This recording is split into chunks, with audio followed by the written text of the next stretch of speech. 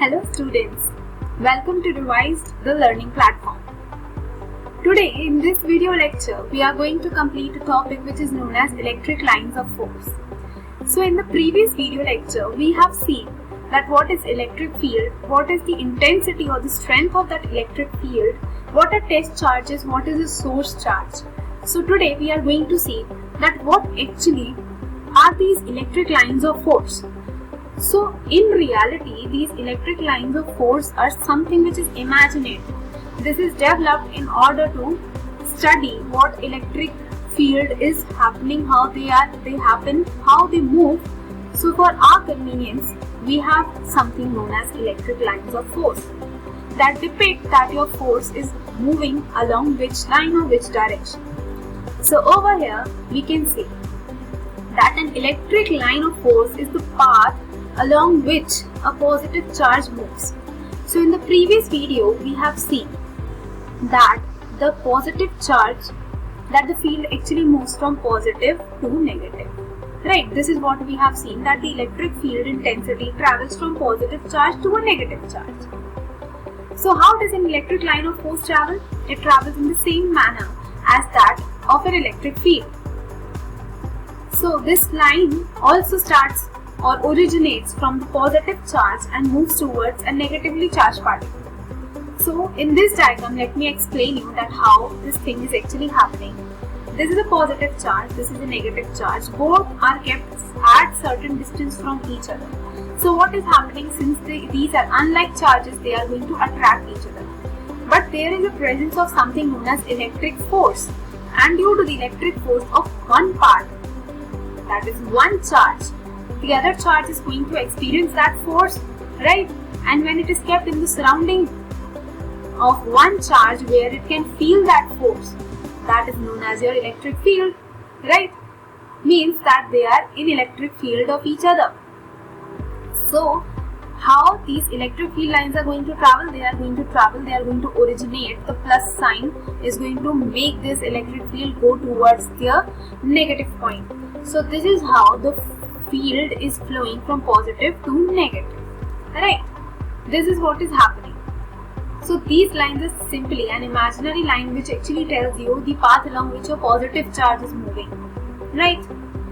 Now there are certain properties which are associated with these electric lines of force. Let us read them one by one, that what these properties are. So the first property that we have over here is that these force lines actually move from positive to negative.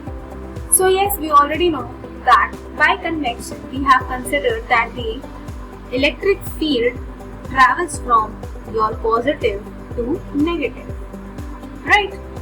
The second point over here is that the tangent, you know what is tangent? At any point of time, at any point, if you draw a perpendicular to that surface, it's going to be a tangent. So the tangent drawn at a point on the electric line of force, this is actually what? This is an electric line of force, and I am drawing a tangent at point A, right? So what I am doing is I am actually defining the direction of that electric field. So what happens is, if you draw a tangent at any point, you get what? The direction for your electric field.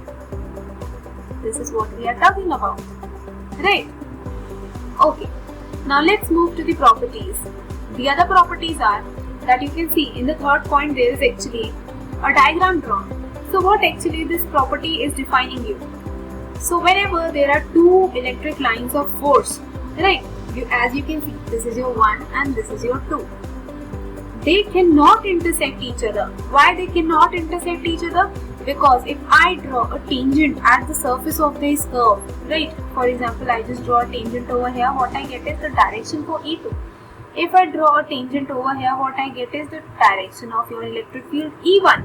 So at one intersection, that is this, what will happen? There will be two directions for one electric field. So this is not possible. Therefore what we say is that two electric lines of force cannot intersect each other, because if they do so, then at that point of intersection we will have two directions of electric field at the same point, which is not possible, right? One person cannot be present at two places at a particular time. If I talk about this instant, I am over here, right? I cannot be anywhere else. Similarly, if we have two electric lines of force, they do not intersect because they will give two different directions of the same electric field at the point. Moving to point number 4, these electric lines of force cannot form closed loops.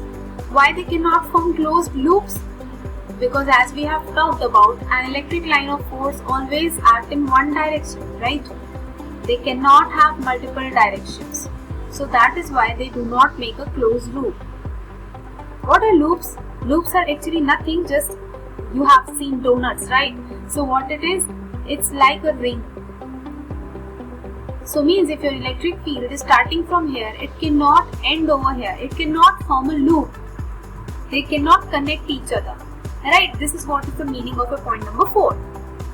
Moving to the 5th property of this, it is actually a perpendicular to the surface. What is actually a perpendicular to the surface? Let us see. So this point actually states that your electric lines of force are actually the perpendiculars which are drawn to the surface. Surface as in you have seen over here. If at any point we draw a tangent, now tangent is what? It always acts perpendicular to your surface, right? So this is what your point number 5 says, that if I want to see that how my electric line of force is acting along this line, so over here, what I am going to do is, now you can see very easily that what actually is happening. This is my 90 degree. So the perpendicular at the surface at a particular point gives you what? It gives you the electric field lines, electric lines of force over there, and also tells you the direction of the electric lines of force. Moving towards the 6th point, 6th point says the closeness of lines. Now the closeness of your lines of force, these electric lines closeness of actually gives you an idea of the strength of the electric field. Now you might wonder how it actually can give you the strength of the electric field, right guys? Okay, so this is actually what? The lines of force may be close together in a field, right? Maybe we can say plus minus. So they can be this away also, they can be this near also, right? Let me just say they are near. So the distance over here, let's say y, and let's say that this is x. So you can easily see that the distance y is less than x.